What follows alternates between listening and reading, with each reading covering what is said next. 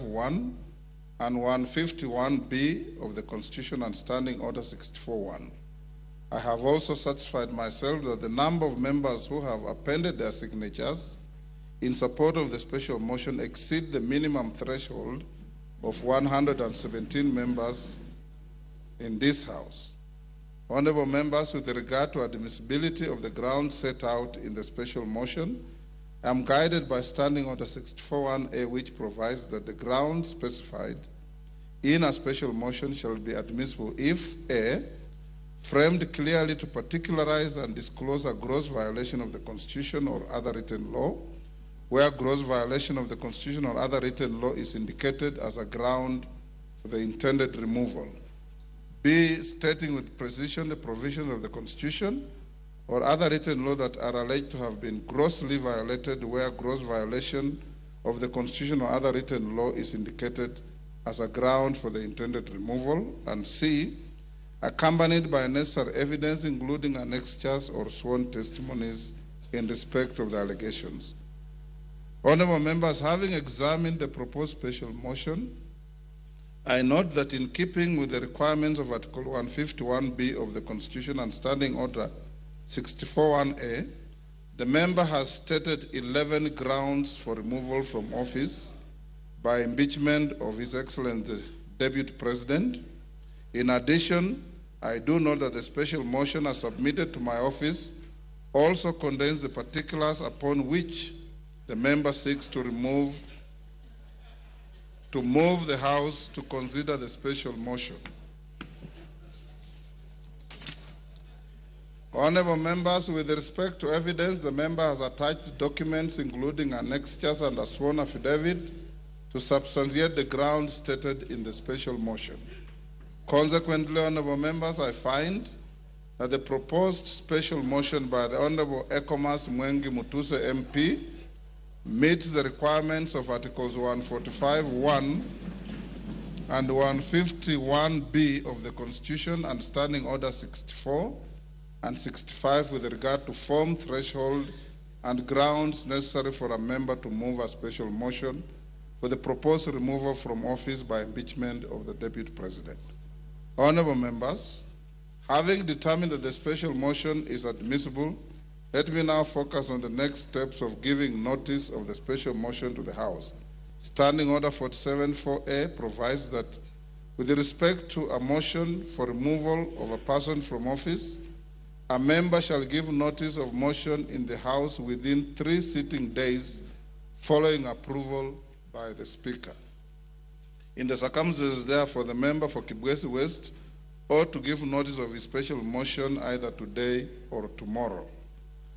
Given the nature of the timelines applicable to this special motion, I will, at order number 6, that is notices of motion, accord an opportunity to the member for Kibwezi West to give the notice of the special motion. Thereafter, I'll give further guidance to the House on the next steps to take. The House is accordingly guided. I thank you.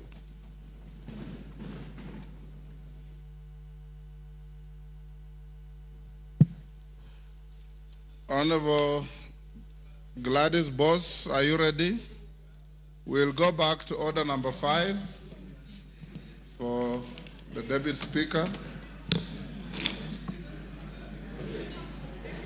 Honorable Speaker, I beg to lay the following paper on the table of the House today, Thursday, 26 September 2024.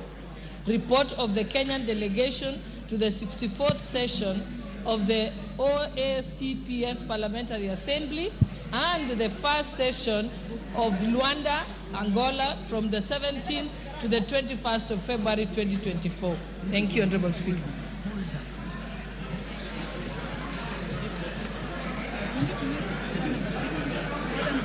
Honorable Speaker.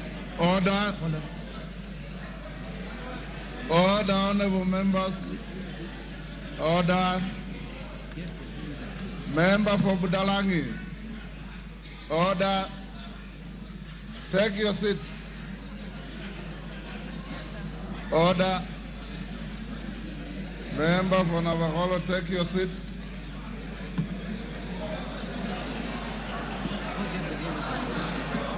Order, honorable members, order.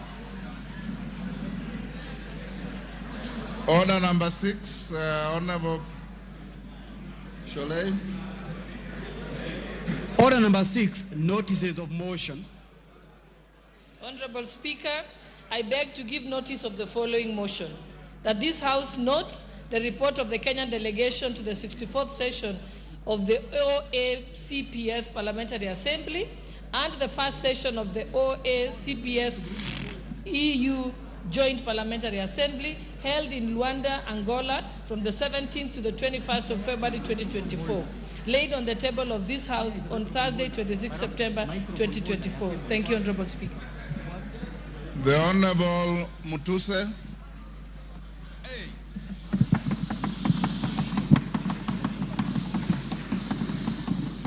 Honorable Mutuse, I'll allow you to speak from the dispatch box, and he will be heard in silence.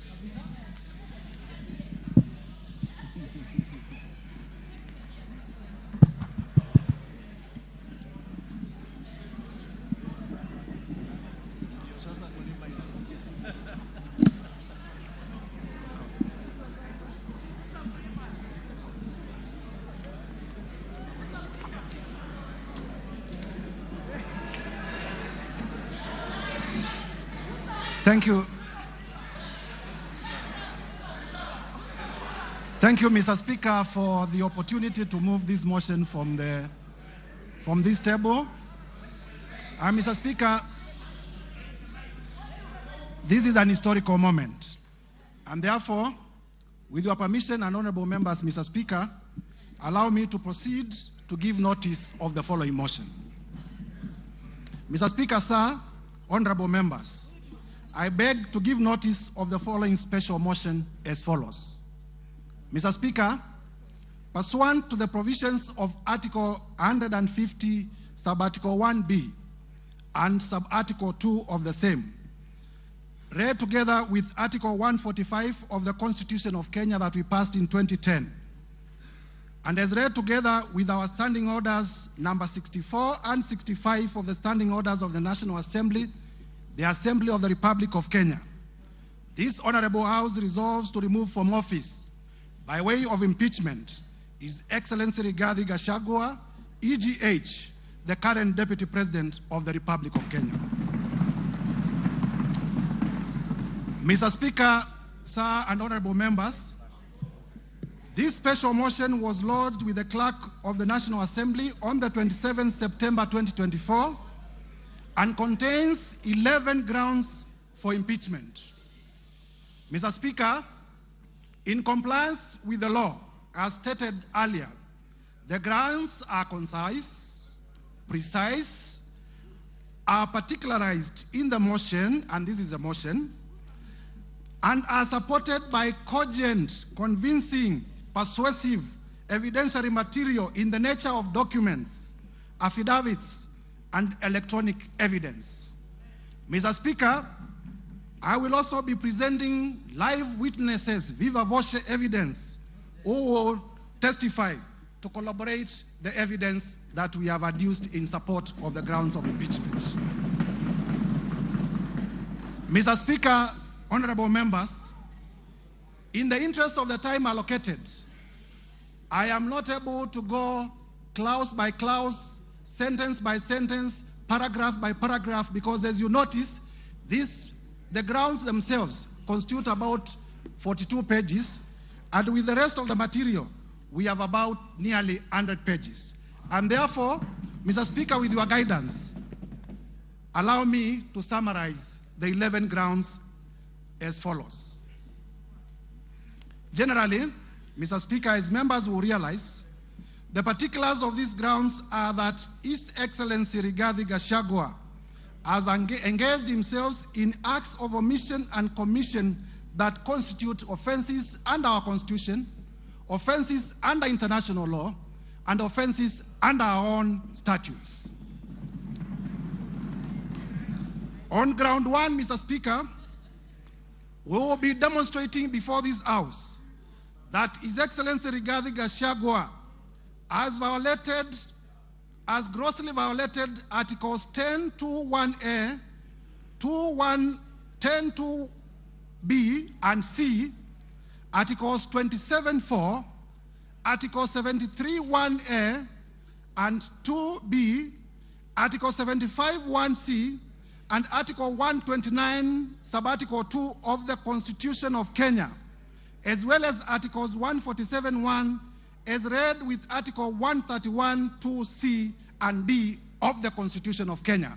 And when the time comes, Mr. Speaker, I will be laying detail, article by article, to show the violations. On ground number 2, Mr. Speaker and honorable members, at the opportune time, I will demonstrate to Kenyans that His Excellency Rigathi Gachagua has violated Article 147.1 of the Constitution and Article 152.1 of the Constitution of Kenya, the most progressive constitution in Africa. Mr. Speaker, on ground 3, I will be demonstrating before this House to Kenyans and to the international community that His Excellency Rigathi Gachagua has violated Article 6.2 of the Constitution, Article 10.2a of the Constitution, Article 174 of the Constitution, Article 186.1 of the Constitution, Article 189.1 of the Constitution, as well as the 4th Schedule of the Constitution of Kenya. Mr. Speaker, this is the Constitution of the Republic of Kenya. It is not a mere document. It speaks to the soul of this nation. Under ground 4, Mr. Speaker, I will demonstrate that His Excellency Rigathi Gachagua has violated Article 161 of the Constitution of Kenya. I will further demonstrate under ground 5 that His Excellency Rigathi Gachagua, the Deputy President, the current Deputy President of the Republic of Kenya, has grossly violated Article 3.1 as read together with Article 148.5a of the Constitution. Under ground 6, Mr. Speaker and honorable members,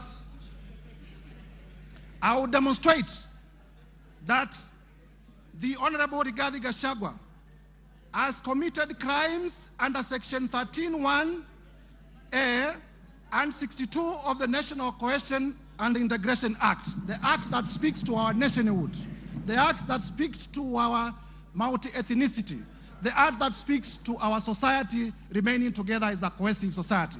And I will demonstrate with videos, I will demonstrate with affidavits, I will demonstrate with documents that the man holding the office of the Deputy President has violated the same law that he swore to protect in his own oath of office.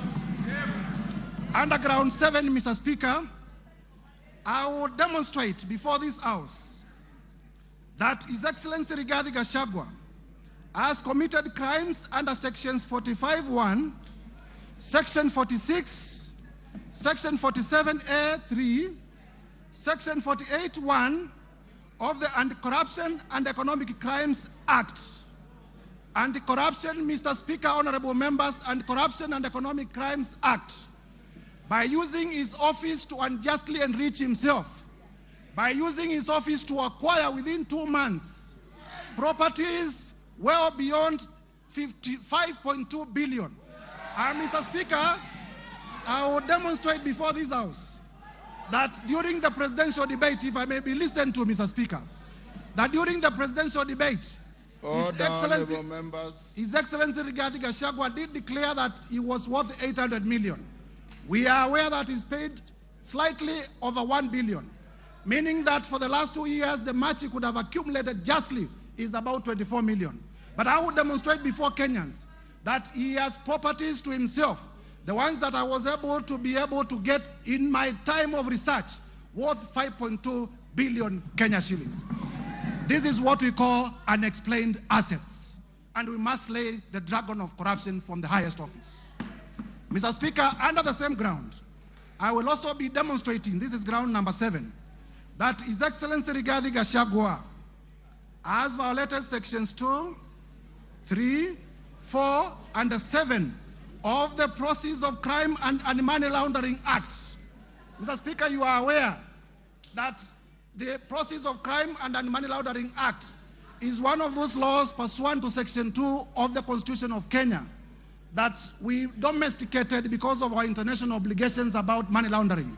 And therefore, by proving the same, I will also be demonstrating before Kenyans that His Excellency Rigathi Gachagua has committed international crimes. Under Ground 8, Mr. Speaker, I will demonstrate that the Deputy President of the Republic of Kenya has committed crimes under Section 132 of the Penal Code and Section 29 of the Leadership and Integrity Act. And honorable members will realize that the Leadership and Integrity Act is the law that was enacted by this Parliament, none other than this Parliament, to give effect to Chapter 6 on leadership and integrity of the Constitution. Under Ground 9, I will be able to show, and Mr. Speaker, when we get to this ground, the ground of gross misconduct, I will be able to speak to the House in a very clear manner as to what constitutes gross misconduct as interpreted by our own courts. And I will be able to show that the person of the Deputy President is a bully. The person of the Deputy President has been threatening public officials. The person of the Deputy President has carried himself in a manner that brings disrespect to the office that he holds, and therefore has grossly misconducted himself.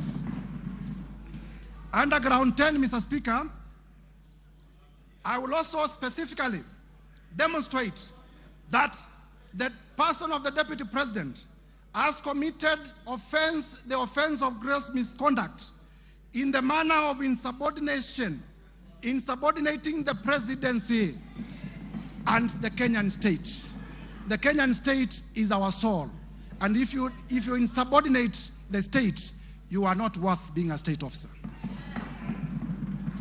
Lastly, Mr. Speaker, under Ground 11, with your permission, when the time comes, I will also demonstrate, honorable members, if we may be listened to, I will also demonstrate that specifically the Honorable Rigathi Gachagua has committed crimes of gross misconduct, as I had earlier alluded to, in terms of bullying and threatening public officers. Mr. Speaker, in compliance with the provisions of Articles 145(1) of the Constitution, as read together with the National Assembly Standing Order number 65, honorable members, if you may listen, this is important. A total, Mr. Speaker, a total of 291 members of this National Assembly have graciously appended their signatures in support of this motion. 291 members. Mr. Speaker, it will be remembered, Mr. Speaker, it will be remembered that at this stage of moving the motion, the requirement of the law is that the motion should be supported by 1/3, translating to about 117 members. However, Mr. Speaker, we have 291. I therefore wish to thank my colleague members of Parliament for supporting this motion to over 83%, way beyond the required threshold of 2/3, which is 67%, that is required at the next stage of voting for this motion. So, Mr. Speaker, there are times when we used to say this is an open and shut case. Mr. Speaker, sir, as a requirement of our standing orders, please allow me to read the names of the members who have signed in support of this motion.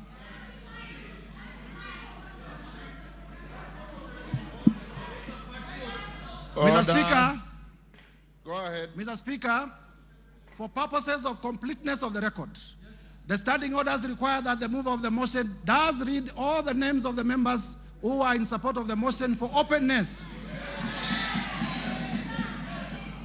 And I therefore read the name of the patriots, borrowing from Senior Peter Kaluma. Mr. Speaker, I began with myself. The Honorable Ekomas Mwengi Mutuse, yours truly. The Honorable Owen Baya. The Honorable Japheth Nyakundi. Matthias Robi. Kimani Ishungwa. Member for Kikuyu and Majority Leader. Abdul Rahim Daoud. Patrick Munene Dwiga. Eric Wamombi, the member for Madera. George Kariuki. Kili Daniel Karido, Dorothy Mudhoni Ikiara, Mwangi Kiunjuri, Boro Ambore, Elizabeth Kairemia, Edwin Mugo Gishoke, Rindikiri Mugambi, Jane Kagiri, Ann Murada, John Paul Murigi, Gikaria David, John Kirago, Mary Mainge, Alice Nganga, Wambugo Wainaina, Mashua Waidaka, Kuria Kimani, George Kitonga Murugara, Simon Nganga Kingara, John Kiaria Wainaina, Shadrach Mwiti, Honorable Joseph Wainaina, nominated. Betty Maina, Geoffrey Kiringa Waroko, Roko, Gigi Kagombe, Julius Taitumu, Duncan Maina Madenge, Kwenya Dhoko, John Juguna Wanjiko, John Kanyuithia Mutunga, Honorable Junet Mohamed, the leader of minority, Honorable Muhammad Abdikadir, Honorable Yakub Ado, Honorable Richard Ken Chonga, Honorable Ali Wario, Honorable Ruwaida Obo, Honorable Hamisi Chome Abdi, Abdikadir Muhammad, Zamzam Muhammad, Rashid Benzimba, Said Buya, Peter Shake, Peter Masara, Mishi Juma Mboko, Joyce Osogo Bensuda, Fatuma Masito, Mohamed Machele, Aduma Owor, Jerusha Momanyi, Honorable Dr. Professor Gogo Lilian, Millie Odhiambo, the one and only, Honorable Irene Mayaka, my sister, Honorable Dick Maungu, Honorable Joshua Oron, Honorable Walter Owino, Honorable Patrick Osero, Honorable Molfason Barongo, Mark Ogola Nyamita, Tom Ondege, Gisairo Ombane, Oku Kaunya, Rosa Mbuyu, Charles Were, Fatuma Mohamed, Paul Abuor, Badu Twalib, Dr. Charles Ochieng, Caleb Amisi Luyai, Elisha Odhiambo, Farah Maalim, Elijah Memusi Kanchori, Kakuta Maimai Hamisi, Aden Daud Mohamed, Honorable Wanjala, Honorable Peter Orero, Honorable Martin Peters Owino, Honorable George Peter Kaluma, Honorable TJ Kajuang, Chiforomondo Mwangale, Honorable Donya Doris, Stephen Mogaka, Felix Odiwar, Geoffrey Odanga, Honorable Tim Wanyonyi, Honorable Christine Ombaka, Honorable Hussein Weitan, Honorable George Aladwa, Joseph Oyula, John Bwire, Omar Mwinyi, Catherine Omanyo, Danson Mwashako of Wiper Party, Innocent Mugabe, Charles Nguna Mwingi West of Wiper Party, Honorable Elsie Muhanda,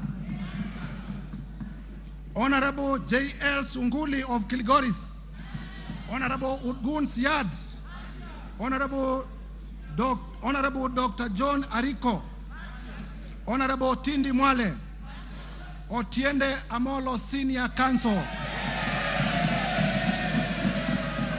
Mr. Speaker, the House takes notice that Honorable Otiende Amolo is one of the makers of the Constitution that we are implementing. Honorable Christopher Aseka, Honorable Paul Ekwon Nabuin, Honorable Nicholas Gikor of Turkana East, Honorable Yusuf Mohammed, Honorable Abdgadir Hussein Mohammed, James Koyo, Sarah Paulata Korere, Honorable Umker Arun Mohammed, Honorable John Nikal. James. Yes, my sincere apologies. For the correctness of the record, this is Honorable Dr. Professor James Nikal, the member for Seme. Honorable Daniel Manduku, Honorable Mohamed Ado, Honorable Wario Guyo, Honorable Paul Katana, Maurice Kakai Bissau, Emmanuel Wangwe, Bernard Shinyali, my friend Nabi Nabwera, Patrick Makau Kingola of the Wiper Party Mavoko constituency, and Commissioner of the Public Parliamentary Service Commission, very able, voted by members of this House. I thank you in a special way, my senior brother. Honorable Shakil Shabil Hamed, Honorable Aden Kainan, Honorable Dr. Aden Kainan, Honorable Fatuma Jeho, Honorable Amina Munyazi Laura, Honorable Gertrude Mbeyo, Honorable Adipo Akwome. Mr. Speaker, if you allow me, I can have a sip of my water. Go ahead.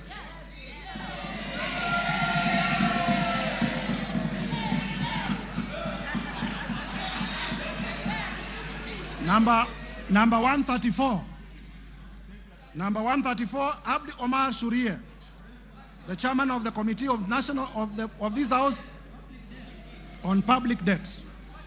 Honorable Tom Oluoch, the member for Dagoretti Beatrice Elachi.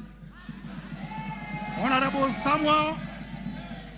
Samuel Arama, Honorable Guyo Jaldesa Professor, Honorable Anton Kibagedi, my brother, Honorable Samuel Atandi, my brother, Honorable Ruth Busia, Honorable Ruth Odinga Busia, the women rep for Kisumu County, Honorable Eve Obara, Honorable Johnson Manya Naika of Mumias East, Kipyegon Joanna, Omboko Milemba, Marwa Maisori, Moses Kirima, Lydia Aiga Mizigi, Adan Aji Yusuf, Mumina Bonaya, Charles Gimose, Mohamed Tubi, Zahir Janda, Clemens Lawyer, Zuleka Hulbal Arun, Lekumontare Jackson, member for Samburu East, Anton Kenga Mpe, ukimwona Mpe, Bashir Abdullahi, Didmas Barasa, Malulu Injendi, Geoffrey Mulanya, Frederick Ikana. Mr. Speaker, for completeness of the record, there are names that I have cancelled and I have signed against the cancellation. Honorable Titus Amala, Joseph Dena, Honorable Kivai Kagesi, Honorable Vincent Musyoka aka Kawaya, member for Mwala, Honorable Fabian Muli, Honorable Caleb Mule, Honorable Joshua Mwalio, Honorable Dr. Rachel Nyamai Kaki, Honorable Nimrod Mbai aka KPLC, Honorable Dido Raso, Honorable Lekuton of Laisamis, Honorable Chief Whip Silvanos Osoro, Honorable Abdisarat K. Ali, Honorable Abdul Haro, Honorable Mary Emase, Irene Joki, Nebat Muriuki, George Gachagua, Stephen Karani, Githua wa Masukuru, Rahabu Mukami Wasira, Joroge Wainaina, Elijah Njoroge Kururia, Epuyu Nanok Daniel, Mudhoni Marubu Monica, Kenneth Tungulu, Mudhama Stanley, Joseph Emanthe Namur, Faith Gitau, Cecilia Asieni Ngitit, Pamela Njoki Njeru, Rahab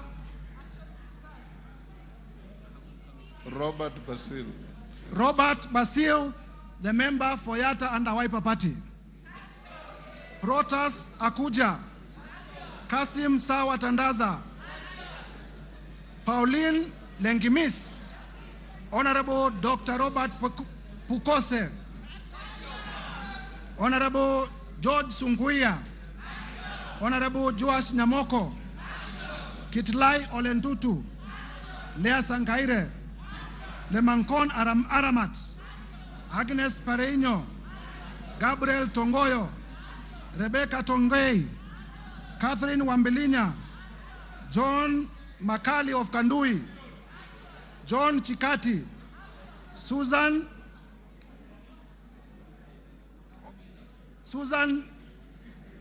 of Tharaka Nithi, the women rep for Tharaka Nithi County, Mburu Kahangara, Geoffrey Wandeto, Ronald Karauri, Jackson Koech,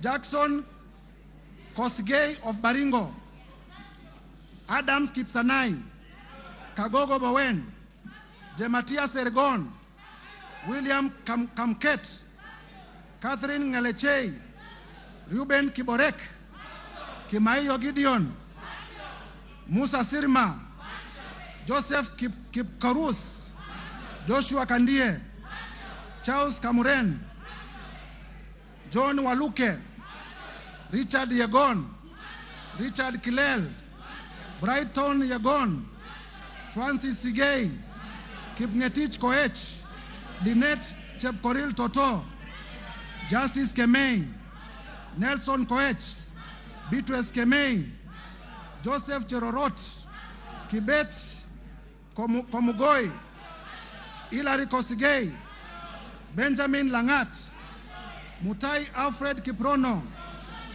Liza Chelule, Joseph Tonui, Paul Chebor, Fred Kapondi, Lilian Sioi, Naomi Jilowako, Faisal Abdi Bader, Alpha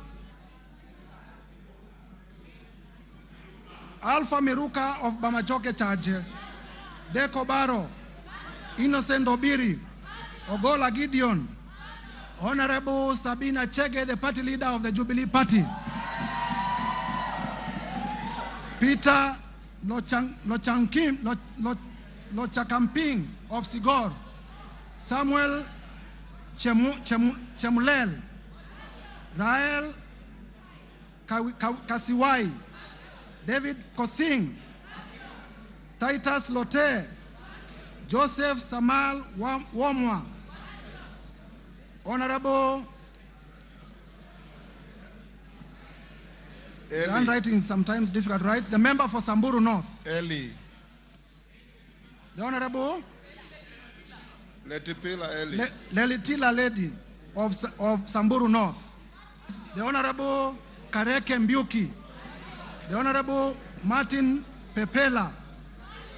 Wanami Wamboka. David Ochieng.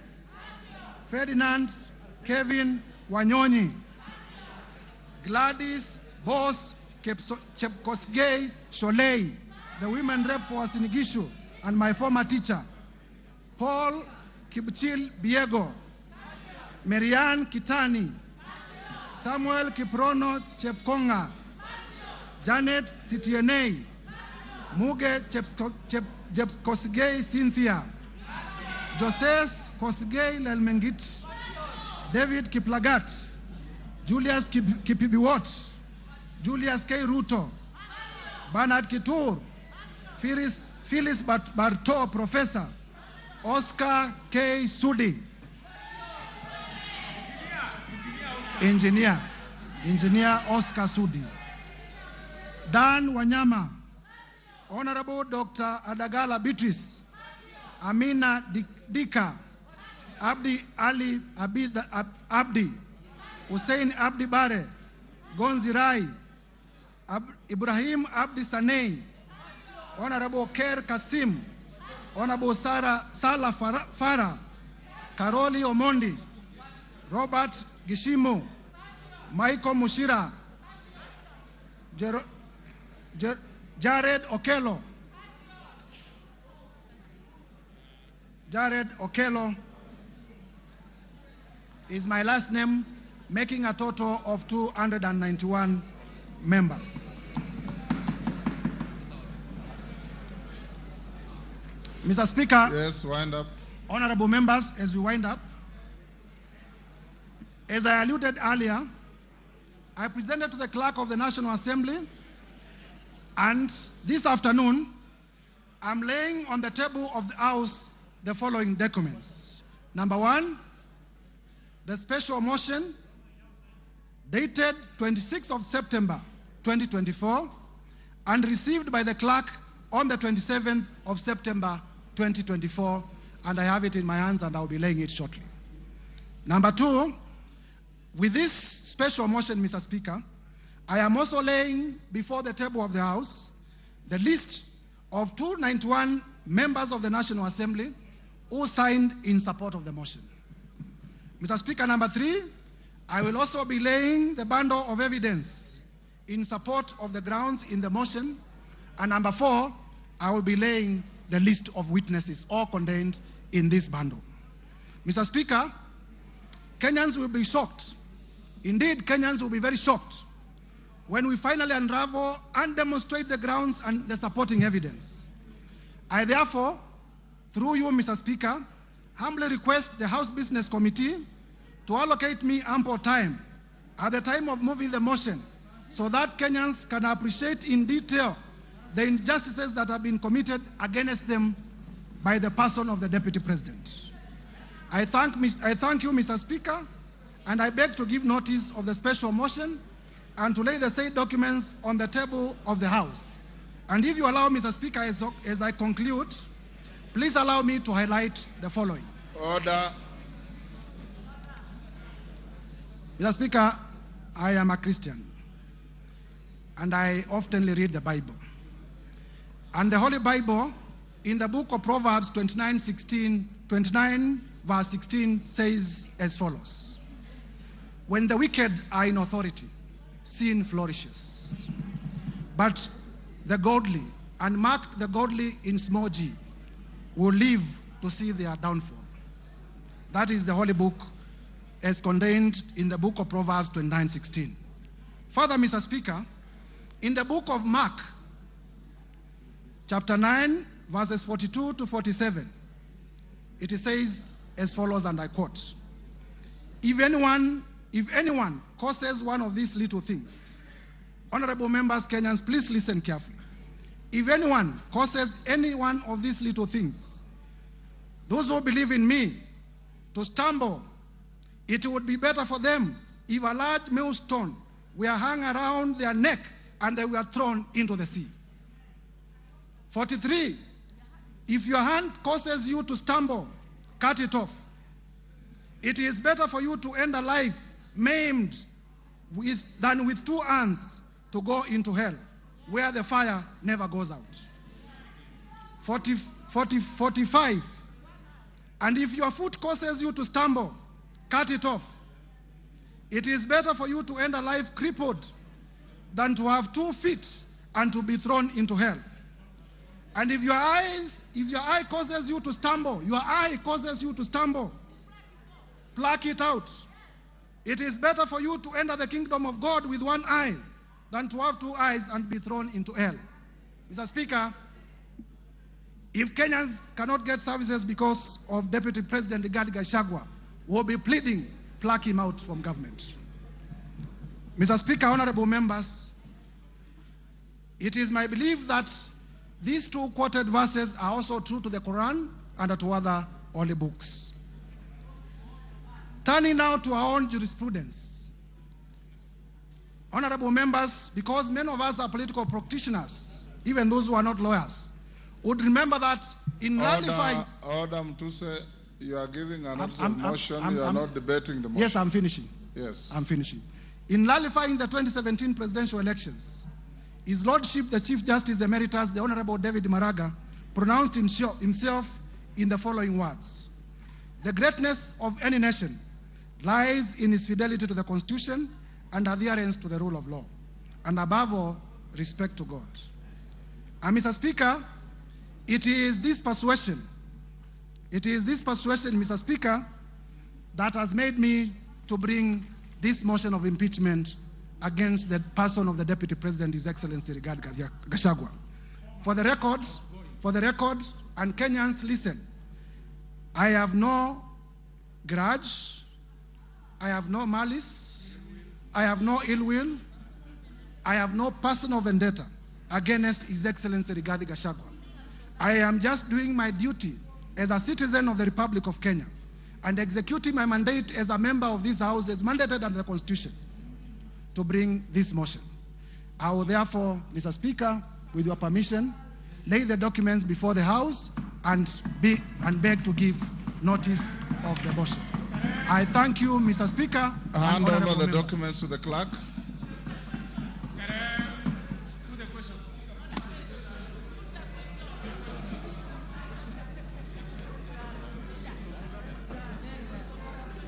Yes, Ruku, what is it? Order, members. Ruku, what is it? Honorable Speaker. In relation to the motion? Yes. What is it? Honorable Speaker, I rise to seek your clarification on the special motion for the removal of the Deputy President. Honorable Speaker, as you are aware, 4 seats in the House are vacant following the resignation of the Honorable Obio Wadai and Honorable John Badi upon being appointed as Cabinet Secretaries. Further, as you are aware, the seat of Magarini constituency was declared vacant following a successful election petition. The Banisa constituency seat was also declared vacant following the unfortunate demise of our colleague. In this regard, we are now 345 members in this House and not 349 members. Honorable Speaker, in this right, what the threshold shall you use to determine whether the special motion, what is the threshold, Mr. Speaker, shall you use to determine whether the special motion meets the constitutional threshold? Differently put, Mr. Speaker, to pass this motion, shall we require 2/3 of 345 members or 349 members? In my view, vacant seats should not be counted. Order. You can't ask a question and answer it. You cannot ask the question and answer it. Honorable Speaker, let me prosecute. I'm trying to prosecute my point of order. In my view, vacant seat should not be counted in determining the voting threshold. Further, I wish to seek your clarification on whether our proceedings are varied in the right of the 4 vacant seats. Thank you, Honorable Speaker. Thank you. You've made your point. Bashir.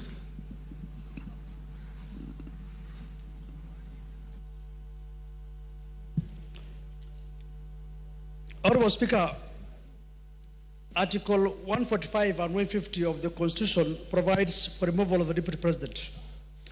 Our standing order goes to great length on the same to explain the procedure for removal of the Deputy President, as stipulated under Standing Orders 64 and 65. Honorable Speaker, what is clear from reading of Articles 145 and 150 of the Constitution is that the role of this House is just to pass the resolution as to whether the Deputy President shall be impeached or not. It is the exclusive role of the Senate to conduct the trial process. Simply put, we are the initiators and the Senate will be the trial house. Honorable Speaker, consequently, I seek your guidance on whether it is necessary to invite the Deputy President to this House in terms of the right to be heard, noting we have nothing to do with the real process. In my view, the Deputy President shall be required to appear before the Senate, but nevertheless, I seek your indulgence on this matter. Thank you, Honorable Speaker.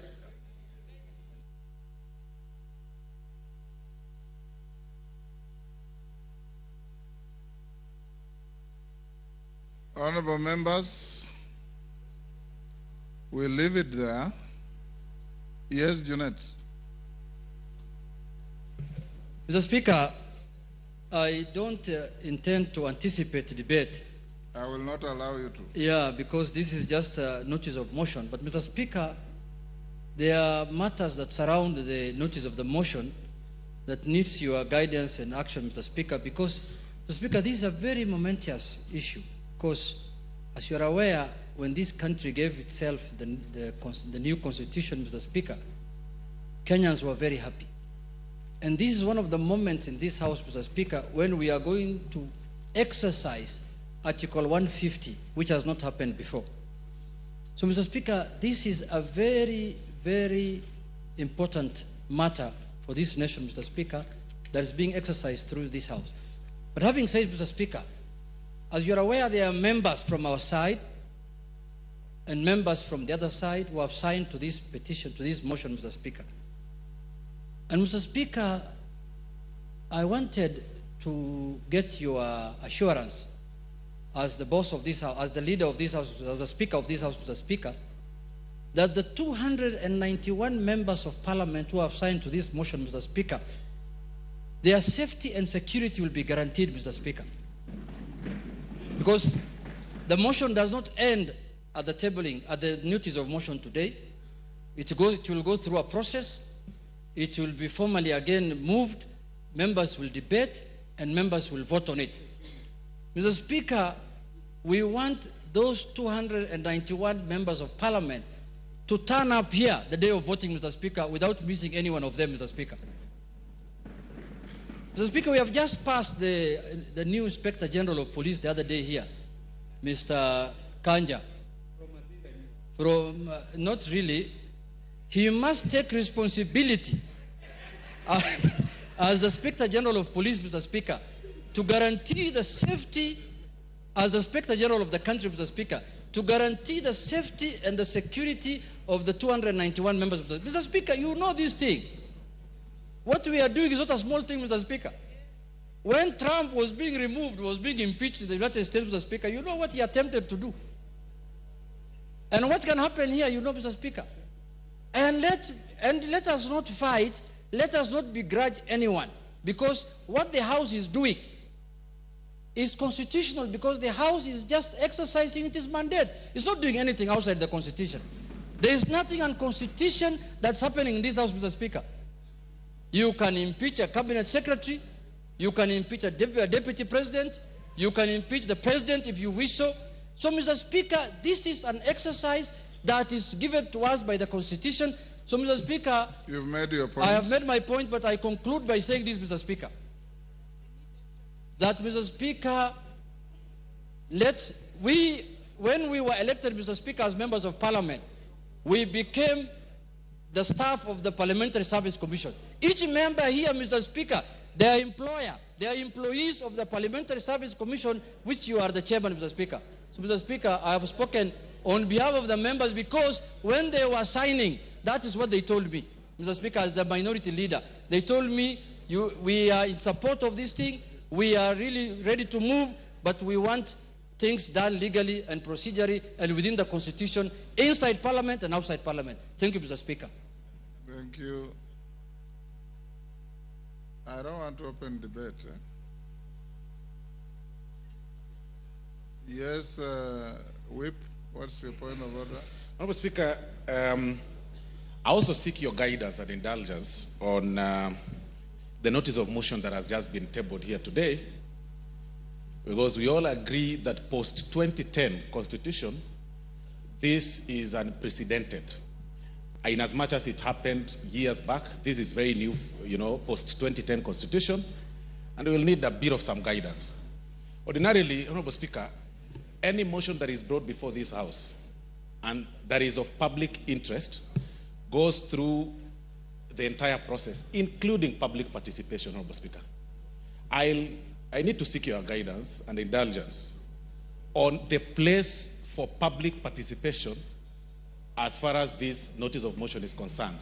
Because looking at the jurisprudence that has been made by the courts and the lower legislative arm, which is the county assemblies, on the impeachments of the governors and deputy governors, Honourable Speaker, you will realize and notice that many impeached governors or their deputies challenge their impeachment based on the process of public participation, Honourable Speaker. This is unprecedented, and of course it's my view that to replicate the same, to what happens on the impeachment of governors and deputy governors, and they invoke the element of public participation across the country. You've made your point. Thank you, sir. Yes, Majority Leader. Before you, Majority Leader, Farah has been raising his hand. I'll give you 1 minute, Farah. Mr. Speaker, I also join the other colleagues in this, but I've just one very important, most important in this country to raise. Not only do we have to protect the lives of 291 members of Parliament who have appended their signature there, we must also protect the system. The IG must protect our president to the hilt. Because you know the kind of a constitution we have. Any reckless thug can decide to change the course of history if, God forbid, anything were to happen to our president. You get my point? And there are people who we have been so worried lately, I get the feeling that they can even have the capacity to plan something like that. Let us make sure this information goes out. Our president must be protected to the hilt until this motion is over. Because if, God forbid, anything were to happen, then we have something much bigger to worry about. Thank you. And those guys are... You're the last on that. Thank you, Honourable Speaker. Mine, Honourable Speaker, if you will indulge me, I'll add something on security. But before that is on Standing Order 85, Honourable Speaker. 85-2, which, Honourable Speaker, would beg, even as you guide members, that members listen, that it shall be out of order to anticipate the debate of a motion of which notice has been given by discussion upon a substantive motion or amendment and all that is said in the standing orders, Honourable Speaker. And I say this, Honourable Speaker, because I know we are in an open and transparent society, and many of us will be invited to media stations to discuss this impeachment motion which notice has been given today. Just to caution members that it will be completely out of order to discuss the substance of the motion in media stations before debate, as is contained in our standing orders. So when we're invited to media stations, maybe we be guarded in what we discuss, so that we do not go into the substance of the motion until we are done with debate. After debate, Honourable Speaker, we are all at liberty to discuss, and that includes, Honourable Speaker, both those who have appended their signatures, like myself, and the other few who have not appended their signatures, Honourable Speaker. The 58 members who have not appended their signatures. Honourable Speaker, just to add on to what the Honourable Farah and Honourable Junet have said, Honourable Speaker, the security of members of Parliament is paramount. Honorable Speaker, I say that looking at you because you know on the 25th of June this year, Honorable Speaker, none other than yourself, you were a target, and you know that. And not a target for harm, but a target for elimination based on the position you hold as Speaker and the ranking order should anything happen to the President or the Deputy President, Honorable Speaker. Honorable Speaker, I want to beg that you take with a little more weight the issues raised by Honorable Junet and Honorable Farah Maalim, because, Honorable Speaker, we have seen it on social media. We have been told by certain quarters that before March of 2025, they say bendera itapepea mlingoti nusu. Honorable Speaker, these are weighty issues. And I hear what the Honorable Farah Maalim is saying on the security of the President, and we have no business to advise the Inspector General and the Director of the National Intelligence Service on what to do. But for members of this House, all the 349 of them, Honorable Speaker, you must direct the Inspector General of Police, who was approved by this House less than a month ago, to ensure that when this House is sitting within the precincts of Parliament and even outside and including committees of this House sitting, Honorable Speaker, members are secured. Thank you. And even in their homes, Honorable Speaker, they are secured. Because, Honorable Speaker, I say this being privy to the information that I was privy to and you are privy to on the 25th of June, and knowing, Honorable Speaker, that as Honorable Junetta said, we are not dealing with an ordinary matter, we are not dealing with an ordinary man, we are dealing with a black man with a very black heart. Thank you, Honorable Speaker. Order, honorable members. Order. Order, members on their feet. Order, Deputy Speaker. Take your seat. Take your seats, those who are... Honorable members, those points raised, I'll address them later in the day. I want to direct members of the House Business Committee to retreat to room 9 so that we can have House Business Committee to address, among other things, the process of disposing of this motion in shortest time possible so that we don't maintain anxiety unnecessarily, and the issues that you have raised about public participation and others. So after the House Business Committee, the Speaker will come back to the House at about 5, give you direction on what we shall do from here going forward. Shall now come and take the seat so that members of the House Business Committee, Junetta and your team, Ichungo your team, all troop to room 9 for a meeting immediately. I've closed that chapter. You didn't raise your hand when I was giving people. That chapter is closed. I'm sorry I didn't see you. Yes. Pardon?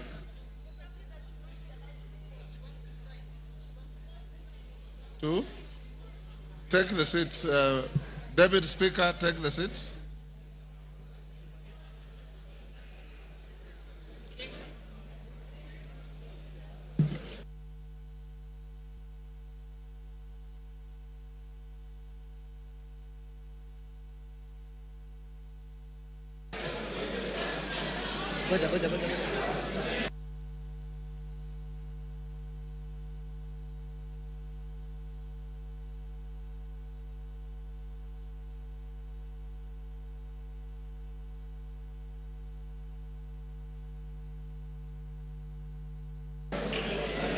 Next order.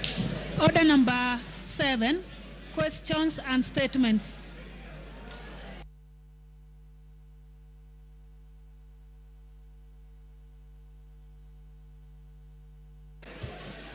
members, order. The Honorable Member for Funyula. You have a statement, Honorable Member for Funyula. Thank you, Honorable Speaker.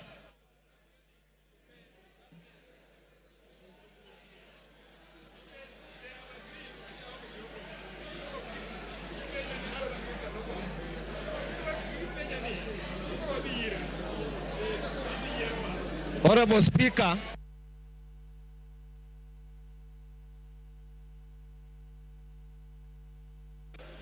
order, honorable members.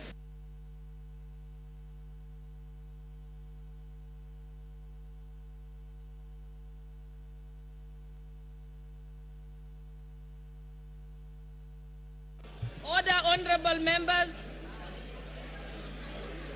Order, honorable members.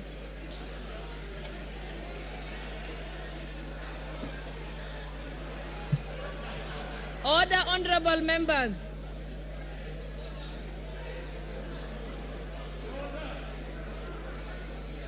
Order, honorable members.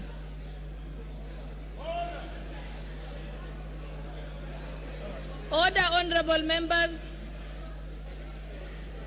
Okay, I think we can proceed. Honorable member for Funyula, why don't you, let's allow Dr. Pukose to make his statement, then you go next. Honorable Pukose, Chairperson of the Health Committee. Honorable members, please. Thank you, Madam Speaker. Thank you, Madam Speaker. I wish to make a statement on the shift from NHIF to SHIF rollout of the universal health coverage. Honorable Speaker, the Ministry of Health and Social Health Authority is today rolling out the Social Health Authority healthcare services and benefits under the three funds. That is the Primary Health Care Fund, Social Health Insurance Fund, and the Emergency Chronic and Critical Illness Fund established under the Social Health Insurance Act number 16 of 2023 that was enacted by this House almost a year ago. This act is being operationalized by the government. Access to SHA healthcare services and the benefits being offered by SHA is being rolled out today, 1st October 2024. As the chairperson of the Departmental Committee on Health, I rise to give a statement on matters concerning the procurement of the Integrated Health Information Technology System by the Ministry of Health, which has elicited a lot of debate. Honorable Speaker, members of the Departmental Committee on Health have raised concerns regarding the procurement of this system. In response to these concerns, the Ministry of Health was invited to clarify the procurement process and to provide evidence of compliance with the Public Procurement and Asset Disposal Act, CAP 412C. Honorable Speaker, the committee made the following observations from its engagements with the ministry.